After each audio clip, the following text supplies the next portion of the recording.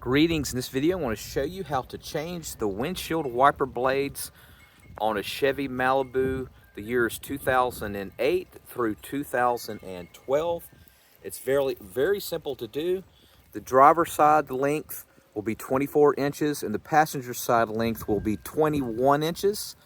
And I'll put a link in the comment section off of Amazon where you can get these directly. And it's so simple, it's so Mickey Mouse, you'll be shocked. So to take it off, right now, I'm on the driver's side. You'll see this little pinhole here. So just take your Chevy Malibu key, and what you're going to do is you're going to press down on it firmly. And when you do that, it pops off like that. All right, then get your new blade. Again, driver's side will be 24 inches, passenger side 21, and you just simply slip it on like that.